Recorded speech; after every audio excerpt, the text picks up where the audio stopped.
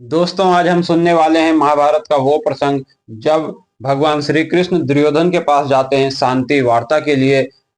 और दुर्योधन उनकी बात मानने से इनकार कर देता है।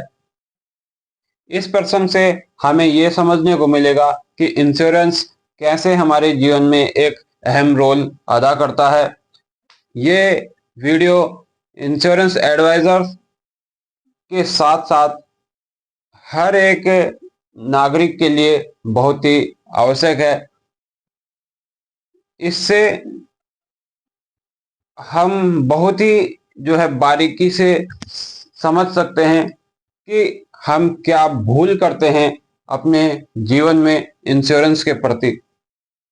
नमस्कार दोस्तों, मैं कमल सिंह राणा, इंश्योरेंस एडवाइजर। स्वागत है आपका एक बार फिर आज एक नई वीडियो में। आइए शुरू करते हैं आज का टॉपिक।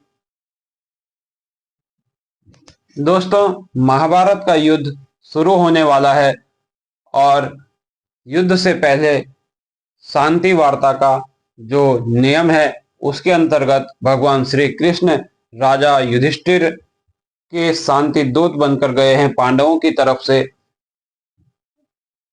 कौरवों की राज्यसभा में। भगवान श्री कृष्ण कौरवों की राजसभा में उपस्थित हुए। उन्होंने वहां शांति वार्ता आरंभ की और एक नजर सबकी ओर घुमाकर उन्होंने जब वार्ता शुरू की तो उन्होंने महाराज धृतराष्ट्र से कहा कि महाराज, आप पांडवों को उनका आधा राज्य दे दीजिए, युद्ध टल जाएगा, क्योंकि युद्ध सदैव ही विनाशकारी होता है। इस पर दुर्योधन कहता है कि नहीं, मैं पांडवों को कुछ भी देने को तैयार नहीं हूं। फिर भगवान श्री कृष्ण कहते हैं कि आधा राज्य न सही, उन्हें आप 5 नगर ही दे दीजिए, वो इसी में संतुष्ट हो जाएंगे और आप पर आक्रमण नहीं करेंगे। उस पर भी दुर्योधन कहता है कि नहीं, मैं उन्हें 5 नगर भी नहीं दूंगा। भगवान श्री कृष्ण आगे कहते हैं, ठीक है, आप 5 नगर नहीं देना चाहते तो उन्हें 5 गांव ही दे दीजिए, वो इतने में ही संतुष्ट हो जाएंगे और युद्ध का विचार त्याग देंगे। और इसका मैं वचन देता हूं कि उसके बाद पांडव हस्तिनापुर पर आक्रमण नहीं करेंगे। लेकिन दुर्योधन कहता है कि मैं 5 गांव तो क्या, एक सुई की नोक के बराबर जगह भी पांडवों को देने वाला नहीं हूं। तो आइए अब इसे थोड़ा सा समझते हैं कि ये इंश्योरेंस एडवाइजर के जीवन से कैसे जुड़ा है।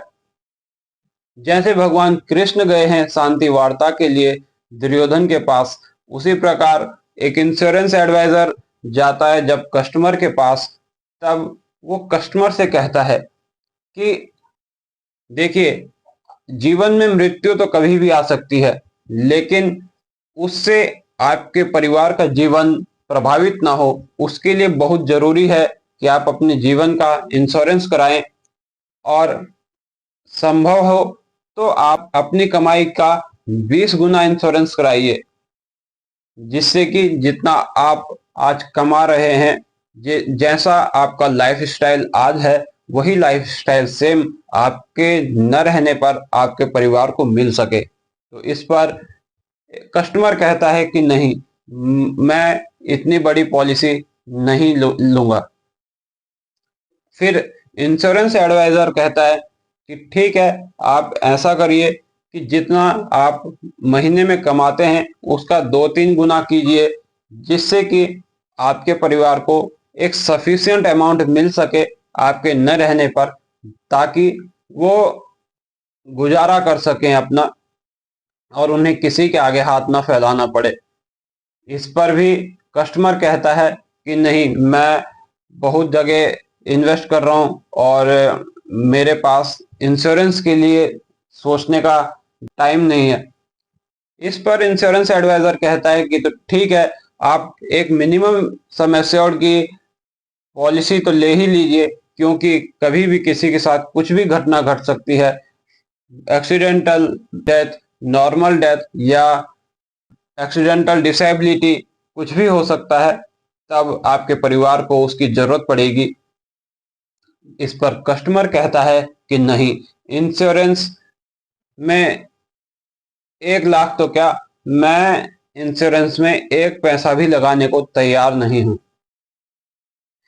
आप इस चीज को ध्यान से समझेंगे तो आप बहुत अच्छी तरह से अवेयर हो सकेंगे इंश्योरेंस के प्रति। जिस प्रकार दुर्योधन ने भगवान कृष्ण को मना किया एक छोटा सा राज्य का भाग देने के लिए भी, तो क्या हुआ कि उसके परिवार में, उसके वंश में कोई बचा ही नहीं। उसी प्रकार जैसे एक कस्टमर इंश्योरेंस एडवाइजर को इंश्योरेंस में एक छोटा सा अपनी कमाई का भाग देने को भी मना करता है, तो उसके परिवार की खुशियां उससे नष्ट हो जाती हैं। तो चलिए वापस चलते हैं कहानी की तरफ। दुर्योधन ने भगवान को मना कर दिया कुछ भी देने के लिए, लेकिन भगवान यहाँ पर रुके नहीं और भगवान श्री कृष्ण वो अब गए हैं कर्ण के पास। उन्होंने कर्ण को समझाया कि दुर्योधन तुम्हारे ही बल पर युद्ध करने के लिए तैयार है, इसलिए तुम दुर्योधन का साथ छोड़ दो। और भगवान ने कर्ण को सारी सच्चाई बताई उससे जुड़ी हुई, जो कि आज तक उसको कुंती माता ने नहीं बताई। भगवान कृष्ण ने उसको बताया कि तुम कुंती के पुत्र हो, पांडवों के बड़े भाई हो, तुम दुर्योधन का साथ छोड़ के हमारे साथ आ जाओ तो हम तुम्हें हस्तिनापुर का राजा बना देंगे। लेकिन कर्ण कहता है कि मैं दुर्योधन के कर्ज से दबा हूं, इसलिए मैं उसका साथ नहीं छोड़ सकता।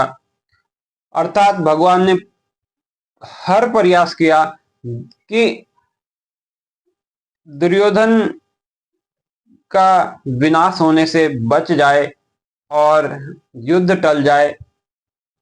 लेकिन दुर्योधन क्या कहता है, मेरे साथ मेरा मित्र अंगराज कर्ण है, भीष्म पितामह, आचार्य द्रोण, कृपाचार्य, अश्वत्थामा, ऐसे ऐसे महावीर महारथी मेरे साथ हैं, तो मेरा कभी अनिष्ट हो ही नहीं सकता।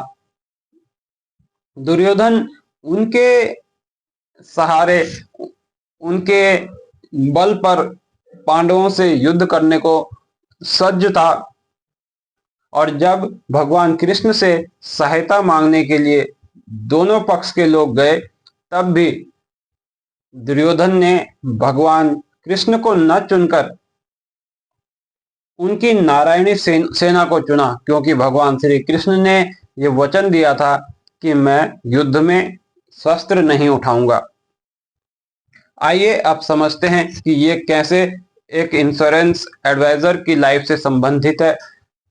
जैसे भगवान कृष्ण बार बार दुर्योधन को समझाने का प्रयास कर रहे थे, इसी प्रकार एक इंश्योरेंस एडवाइजर बार बार कस्टमर के पास जाता है उसके मना करने पर भी, क्योंकि एक इंश्योरेंस एडवाइजर ये जानता है कि किसी के साथ भी कभी भी कुछ भी घटित हो सकता है और उसके न रहने पर उसके परिवार को जो परेशानियां उठानी पड़ेंगी, इस चीज के प्रति एक मैं इंश्योरेंस एडवाइजर होने के नाते उसको अच्छे से अवेयर नहीं कर पाया, ऐसा मुझे अपने आप से गलानी न रहे, इसके लिए एक इंश्योरेंस एडवाइजर बार बार कस्टमर के पास जाता है।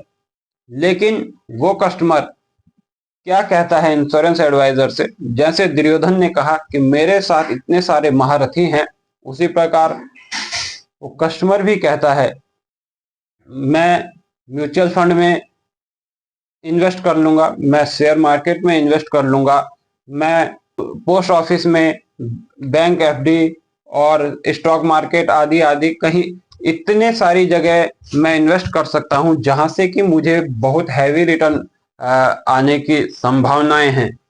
जैसे दुर्योधन के साथ भगवान की नारायणी सेना है, अपार संख्या में महारथी कर्ण हैं, भीष्म पितामह हैं, आचार्य द्रोण हैं, कृपाचार्य हैं, अश्वत्थामा आदि महारथी हैं, उन्होंने दुर्योधन के लिए अपना संपूर्ण बल लगाया और उनके समान महारथी कोई नहीं, और उन्होंने